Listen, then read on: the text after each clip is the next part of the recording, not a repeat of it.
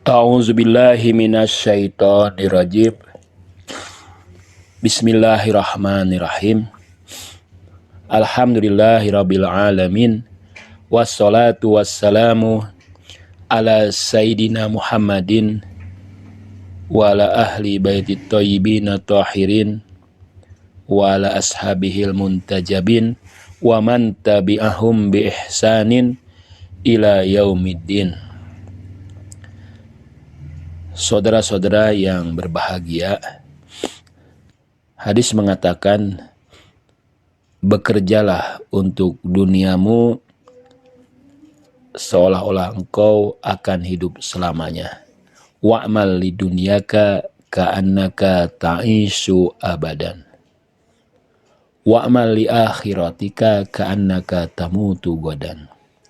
Dan beramalah untuk akhiratmu, untuk kebahagiaan akhiratmu seolah-olah engkau akan mati esok hari.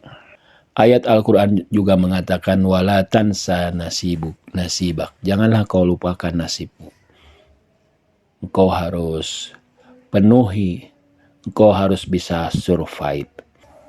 Pada awalnya kita menjaga jarak dengan dunia itu. Kita bekerja keras, mencari nafkah untuk bisa bertahan, syukur-syukur mendapatkan kecukupan dan kelebihan, dan kemudian kita menyeimbangkan diri di sela-sela kesibukan dunia itu dengan berusaha mematuhi perintah-perintah Allah sebaik mungkin, menjauhi larangan-larangannya sebaik mungkin. Namun kemudian kita tahu bahwa definisi yang dakik, yang mendalam dari dunia yang ditawarkan oleh para kekasih-kekasih Allah lebih jauh lagi, lebih dalam lagi. Dunia itu apa yang menjauhkanmu dari Allah. Jadi kriteria dunia bukan lagi ke bentuk, ke objek, ke pemilikan, ke harta, tahta, wanita, tapi ke bentuk substansinya, ke bentuk, ke makna dari dunia itu. Jadi meskipun kita siang malam bekerja, siang malam menulis, kemudian menjadi petani yang bercucuran keringat, yang seolah-olah jauh dari masjid, seolah-olah jauh dari tempat-tempat ibadah, jarang mungkin berzikir atau menunaikan sholat sunat. Namun kalau itu malah mendekatkan diri kita kepada Allah Subhanahu wa Ta'ala, maka itu adalah akhirat.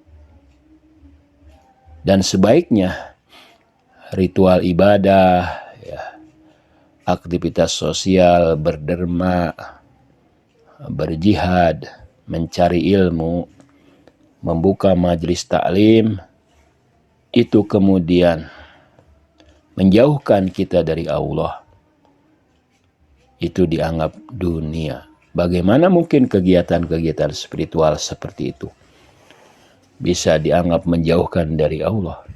Kalau kemudian yang membesar atau yang menggelembung adalah aku, saya yang ibadah itu, saya yang memberi pencerahan ilmu itu, saya yang berjasa, saya yang memiliki kontribusi besar dalam segala kegiatan-kegiatan agama. Jadi di sana dia sebetulnya sedang menyembah dirinya.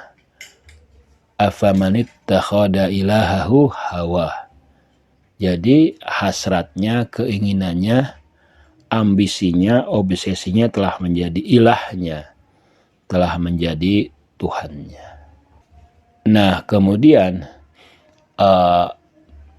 spiritualitas kita, ya, dengan kegiatan-kegiatan yang mungkin tampak seolah-olah kegiatan material, kegiatan dunia, mencari uang, misalnya tidak henti-hentinya, tidak capek-capeknya, kemudian siang malam bekerja dari pagi sampai pagi lagi,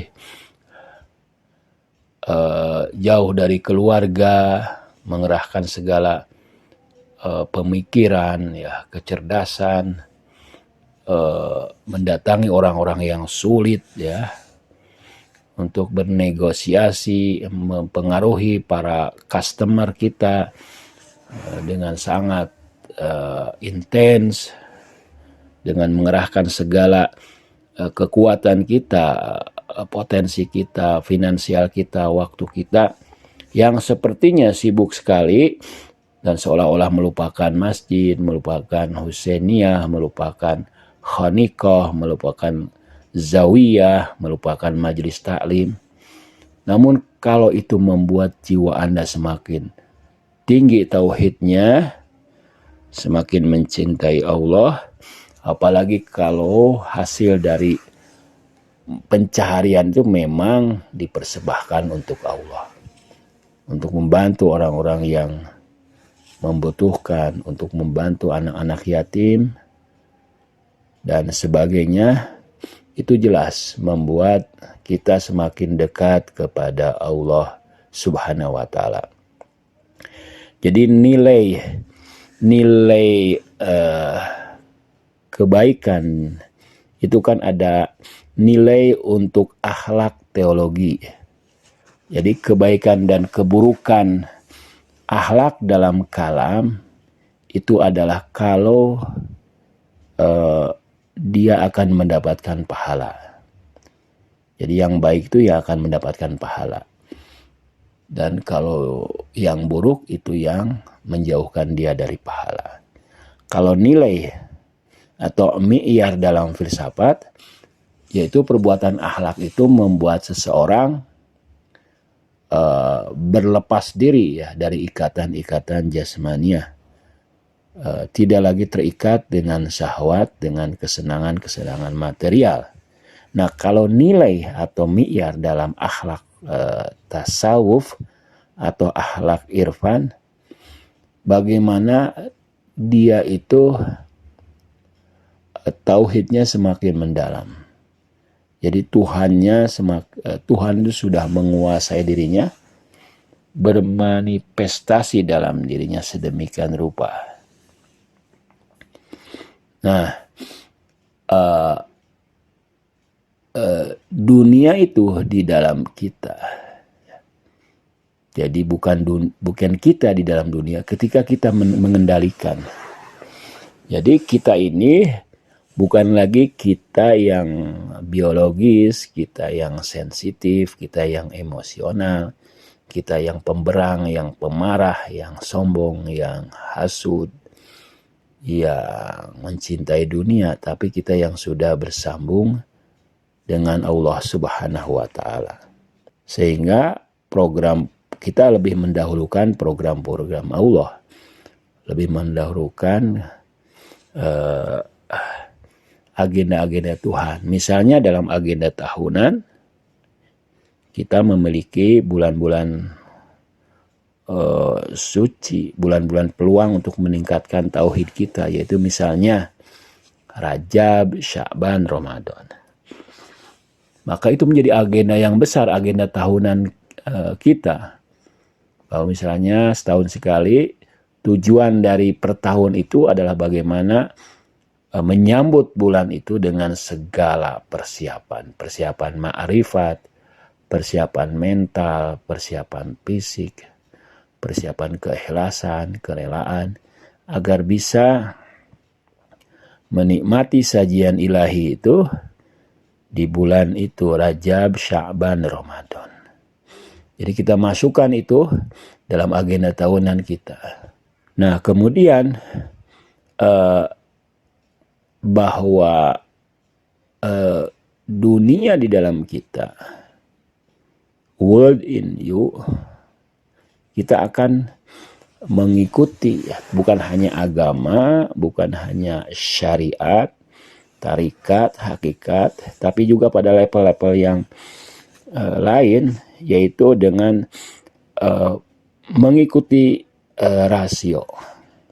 Karena Tuhan kan bersama akal, bersama urf yang benar, bersama kearifan-kearifan, bersama dengan, maksudnya bersama Tuhan itu menghargai kebudayaan manusia, menghargai kiprah manusia, karsa manusia yang bersumber dari intuisi, bersumber dari perasaan bersama, perasaan sakral yang di-share bersama, kemudian juga dengan akal.